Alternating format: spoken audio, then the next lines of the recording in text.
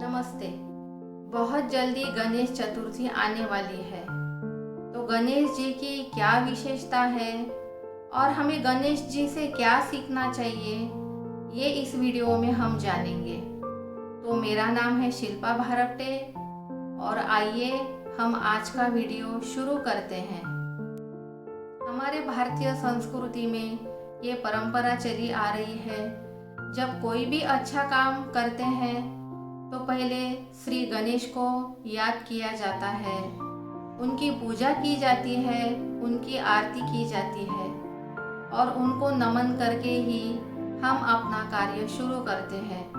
तो इसी प्रकार मैं गणेश जी को नमन करके मेरा ये वीडियो आगे बढ़ाती हूँ।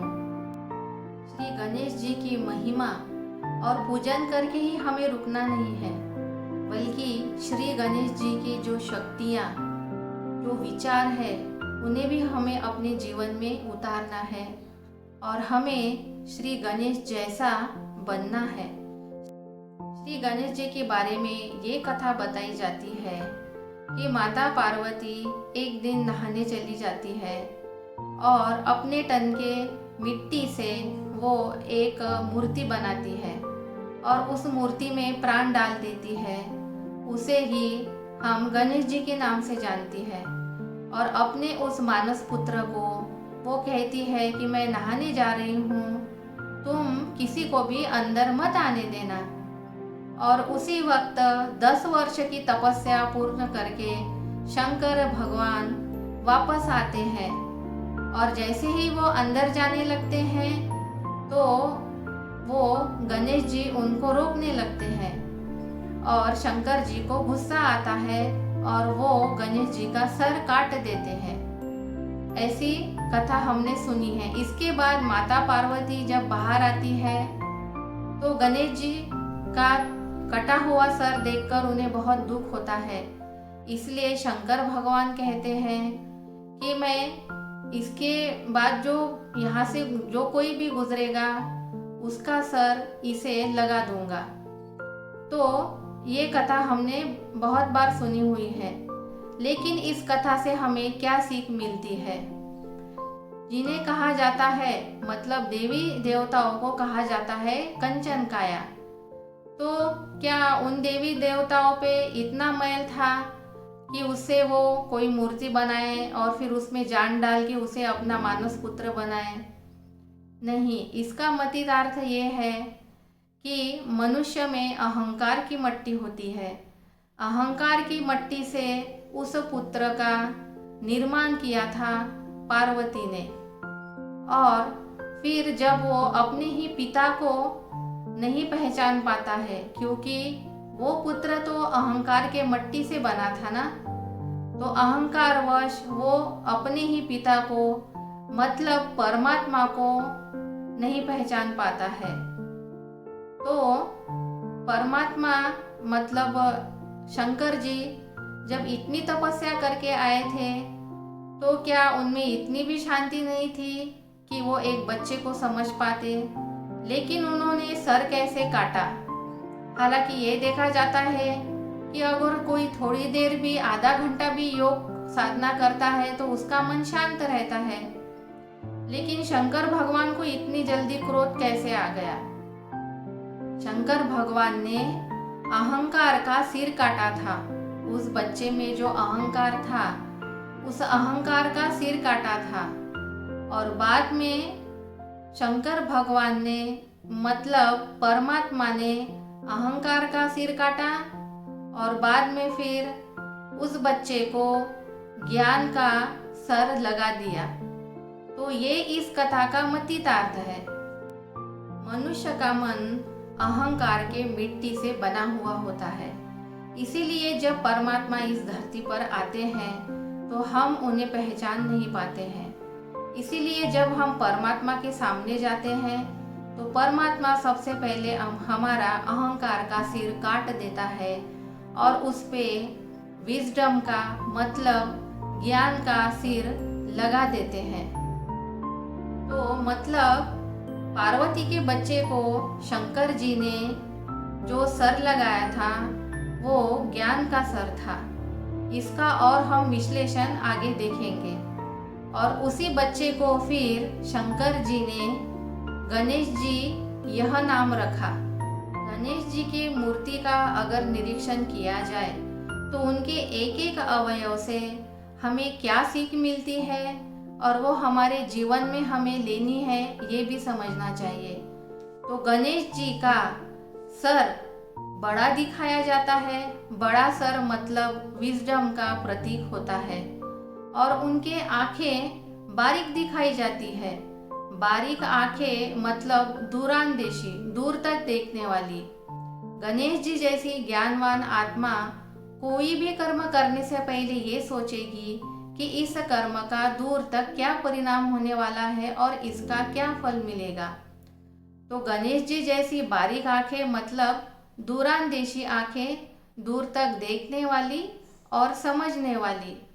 गणेश जी के कान सूप जैसे होते हैं और सूप का कार्य क्या होता है कि जो भी खराब है वो निकाल देना और जो अच्छा है उसे रखना।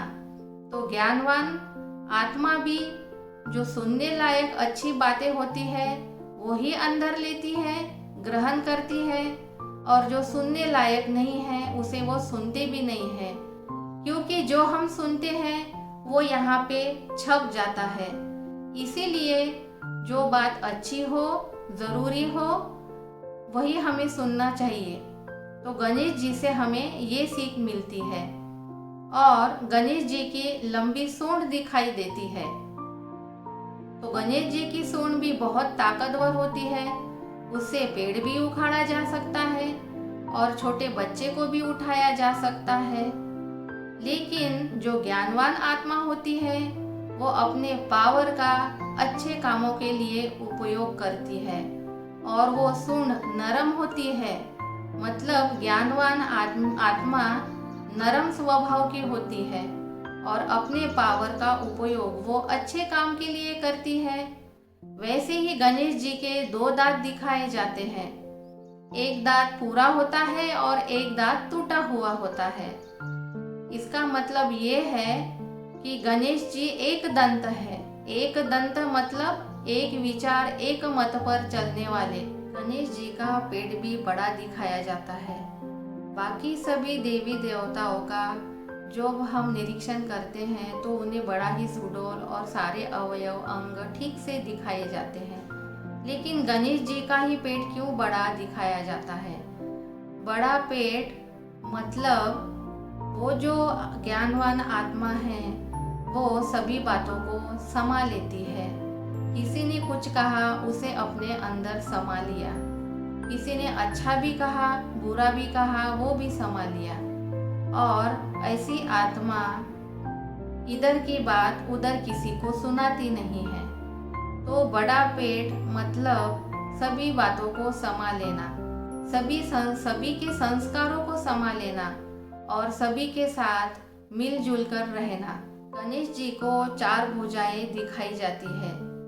एक भुजा में कुल्हाड़ी दिखाई जाती है, दूसरी भुजा में रस्सी, तीसरे में होता है मोदक और चौथी भुजा गणपति जी की ऐसी दिखाई जाती है। तो जिस भुजा में कुल्हाड़ी होती है मतलब परमात्मा ज्ञान जब हमें मिलता है तो उस ज्ञान की कुल्हाड़ी से हमारे जीवन में जो भी बुरे विचार है और बुराइयां हैं उन्हें हमें संहार करना है, पूरी तरह से मिटा देना है और अच्छे विचारों को धारण करना है। दूसरी भुजा में हमें रस्सी दिखाई देती है। रस्सी मतलब मर्यादा बांध के रखना। तो हमारे जीवन को हमें अच्छी मर्यादाओं में बांध के रखना है। ऐसे नहीं कभी भी उठे, कभी भी सोए, कुछ भी खाया, कुछ भी बोल दिया, कुछ भी सुन लिया, ऐसे नहीं होता है। रस्सी का प्रतीक है मर्यादा। तो हमें भी अपने जीवन में मर्यादा लानी है। गणेश जी की तीसरी हाथ में हमें मोदक रखा हुआ दिखाई देता है। अब गृहिणियां माताएं ये जानती है कि जब मोदक बनाए जाते हैं तो उसमें मेहनत भी लगती है और कंसंट्रेशन भी लगता है, क्योंकि वो मोदक गिनकर 21 ही बनाई जाती है। तो मोदक है मेहनत का प्रतीक, और मेहनत का फल कैसे होता है? मीठा होता है। तो मोदक बनने के बाद कैसा होता है? मीठा होता है। मेहनत का फल मीठा होता है। लेकिन कभी भी ये नहीं दिखाते कि गणपति जी उसे खा रहे हैं। हमेशा ऐसा दिखाया है कि हाथ पे धारण किया है। मतलब उन्होंने जो भी मेहनत करके सफलता प्राप्त की है, उसका श्रेय वो खुद नहीं लेते, बल्कि उसका फल और श्रेय भी वो दूसरों को देते हैं। तो ये है मोदक का रहस्य। और गणपति जी का चौथा हाथ हमेशा ऐसे दिखाई देता है। ऐसे का मतलब होता है सदा सर्वदा दूसरों को दुआएं देना, अच्छे वाइब्रेशन देना।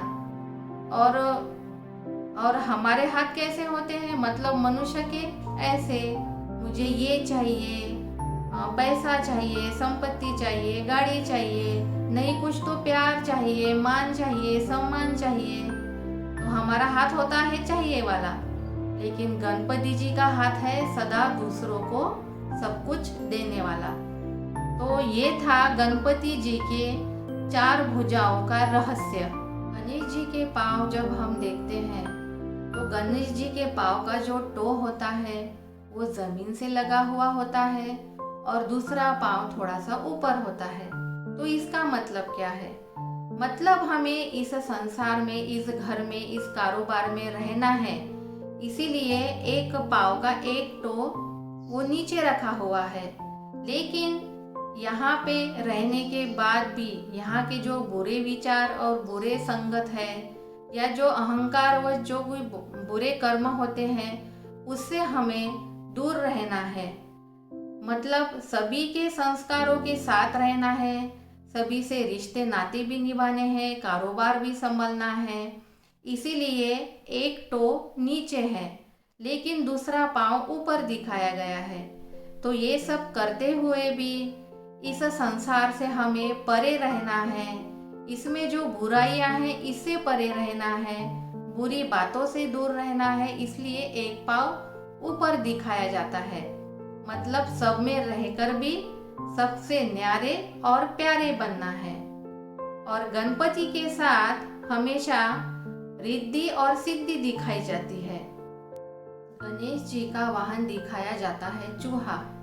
ऐसी महान देवता जिसने सभी अच्छे गुण धारण किए हैं, उनका वाहन चूहा क्यों दिखाया जाता है?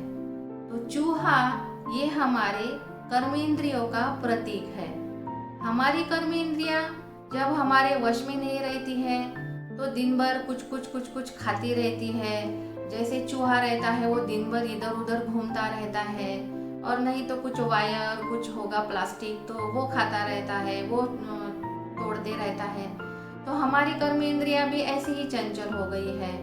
दिन भर कुछ ना कुछ खाने के लिए चाहिए, टीवी देखने के लिए चाहिए, बातें करने के लिए चाहिए, कुछ भी सुनते रहेंगे, कुछ भी बोलेंगे, कुछ भी खाएंगे। मतलब हमारे कर्मेंद्रियों पे जैसा कंट्रोल चाहिए वैसा नहीं रहता है। तो चूहा इसी का ही प्रतीक है। तो हमें जो बुराइयां हैं उसका प्रतीक है चूहा। लेकिन परमात्मा ज्ञान से जब हम अपने इंद्रियों को वश में कर लेते हैं और उन्हें अच्छे कार्य में जब चाहे तब लगा सकते हैं, तो ऐसी आत्मा है गणेश जी। तो गणेश जी ने अपने सारी कर्मेंद्रियों पे विजय प्राप्त की है। तो ऐसी आत्मा का वाहन दिखाया जाता है चूहा। मतलब जो भी विकार है, जो भी बुरे स्वभाव संस्कार है, उन्होंने नीचे दबा दिया है और उन पे विजय प्राप्त की है। तो जो आत्मा विशाल बुद्धि है, दूरांदेशी है, गणपति जी का जो सूंड है उसके नीचे मुंह भी दिखाया जाता है, वो भी छोटा सा होता है। मतलब वो कम बोलने वाली है और हमेशा अच्छा सुनने वाली है, अपने पावर का अच्छा उपयोग करने वाली है, अपने जीवन को मर्यादा में बांधती है, उसे अपने काम का अहंकार नहीं है, हमेशा कुछ ना कुछ सबको देने वाली है। और ये इस अच्छे सारे गुण गणेश जी ने या कोई भी जो आत्मा होती है उसने धारण करे हैं, तो उसके जीवन में सफलता और सुख शांति मतलब रिद्धि और सिद्धि आ जाती है। तो ये मैंने विश्लेषण आपको गणेश जी का बताया। थोड़ा डिटेल में बताना चाहती थी, लेकिन बहुत बड़ा लंबा वीडियो आजकल लोग देखते नहीं हैं। आजकल इंस्टेंट का ज़माना है ना, शॉर्टकट में चाहिए लेकिन कुछ अच्छा चाहिए। इसीलिए मैं अपने वीडियो थोड़े छोटे ही बनाती हूँ। नहीं तो डिस्क्रिप्शन करने में तो वीडियो कितना भी 15 का 20 मिनट भी हो सकता है, 25 मिनट भी हो सकता है। लेकिन वीडियो मैं शॉर्ट बनाने की कोशिश करती हूँ और उसका कंटेंट अच्छा बनाने की कोशिश करती हूँ। तो आशा है कि आपको ये वीडियो पसंद आया होगा और मैं अभी आपसे विदाई लूँगी। नमस्ते।